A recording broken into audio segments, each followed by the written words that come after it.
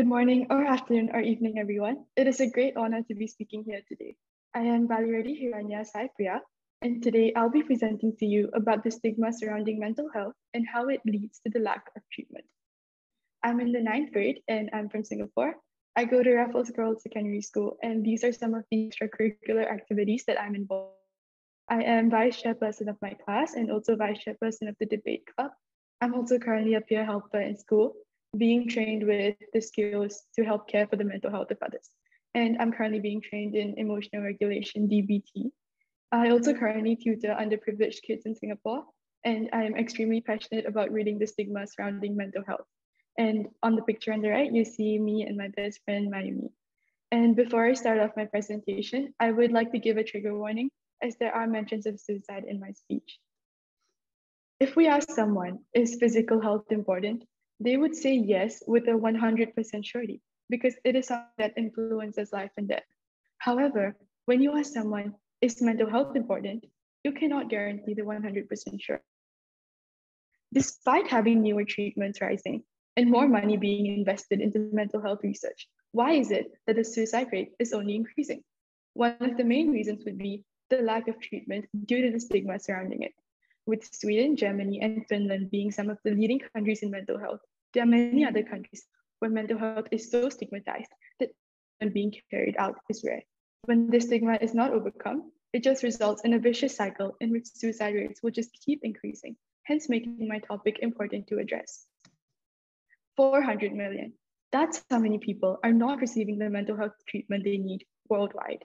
And that brings me to my next point. How is my topic related to global health? What exactly is global health? It is an area of study, research, and practice that places a priority on improving health and achieving equity in health for all people worldwide. Worldwide, about 450 million people have a mental illness, yet about 400 million of these people, which is about 88.9%, are not receiving the treatment that they need. And why is that? One of the main reasons, once again, is the stigma surrounding mental health issues. It is this exact stigma that leads to very less exposure to mental health treatment, especially in Asian societies. In a mapping of countries with the best mental health, you don't even see an Asian country all the way until number 19. And Singapore, the country that I live in, isn't even on the list. That is how terrible the stigma is around here. And it is due to this stigma that we are unable to achieve equity in health for all people worldwide, which is what global health aims to do. Why is there stigma surrounding mental health in the first place? Let me take you on a journey here. Cheryl, my best friend, she got sent to the Institute of Mental Health 3 months ago. After finding out that she was sent there, I went online and researched like crazy about what would happen to her next, considering that she was the only person I personally knew. Countless numbers of experiences of people being shunned away from job opportunities just for being diagnosed with a psychiatric disorder. Their diagnosis affecting their job prospects and hence their future socio-economic status by association. 80% of people with mental illnesses are unemployed. And one of the main reasons for this, for the third time, stigma, even when these people have been cleared for work and jobs. But if we want to solve this problem, we need to find the root cause. I would like to emphasize to you how vicious this cycle of stigma is. Firstly, we have the traditional beliefs and culture of the previous generations. The narrative in these generations about mental health, it's all made up in your head. Oh, you have a mental health condition? So you're telling me that you're crazy and a mad person. You're dangerous if you have a mental health condition. I don't want anyone near you. And if someone commits or attempts suicide, get labeled as a coward. And that's one of the reasons right there, traditional beliefs. Now, let's move on to the next reason, the internalizing of this stigma. See, the truth is that when you grow up in a society where people are constantly shunning away the existence of mental health, you start to believe everything they say. You internalize their behavior. You start to judge yourself upon those standards because that's all that you know, all that you grew up in. And that is when you yourself stop trying to seek help because you are judging yourself by the standards that society has instilled in you. And for two main reasons. One, fear of not being able to get a job in future. And two, fear of being labeled negatively in society. This just leads to generations after generations stigmatizing mental health to the point that people refuse to seek help for it at all, especially when they are those who are genuinely in need of actual treatment. In other cases, When people believe that mental conditions are just something that are in your head, something that people do for attention seeking, it also comes with the notion that there is no exact treatment for it. And that, ladies and gentlemen, is how it leads to the lack of treatment. It's not that we don't have the equipment or the professionals or the funding. We definitely do. But it is because of the stigma that people refuse treatment, which leads to actual treatment not being able to be carried out in the first place.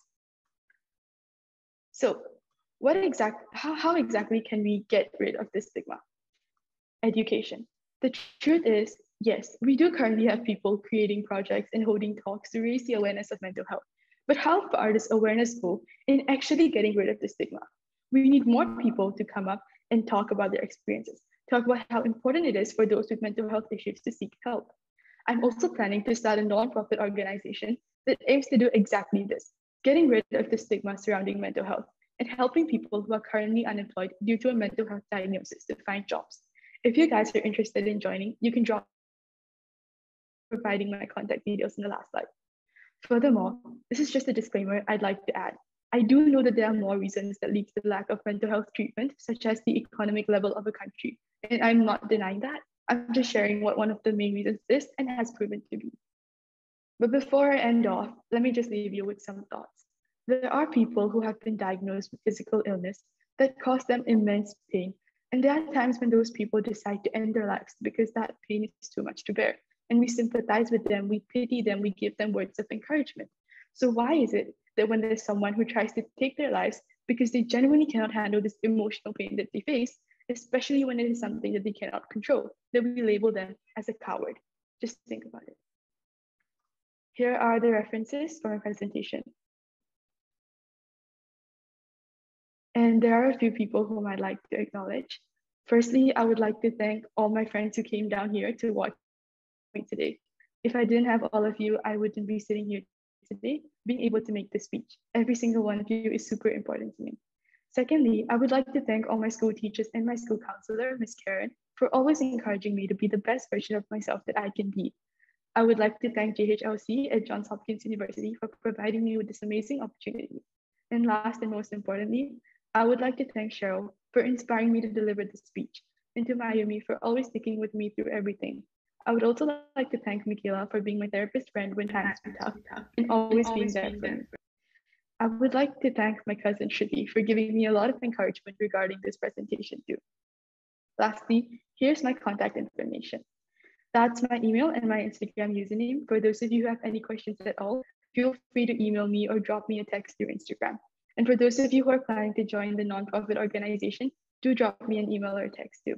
And here's a reminder for you to reach out if you need help. It is important that you take care of your needs first because you yourself are an individual before trying to serve the expectations that society has on you. You don't have to check in with a mental health institution to reach out. It could even be just as simple as talking to your school counselor or trusted adult at school. And I do hope that I have made an impact, even if it's small on you. And thank you everyone for listening to my presentation.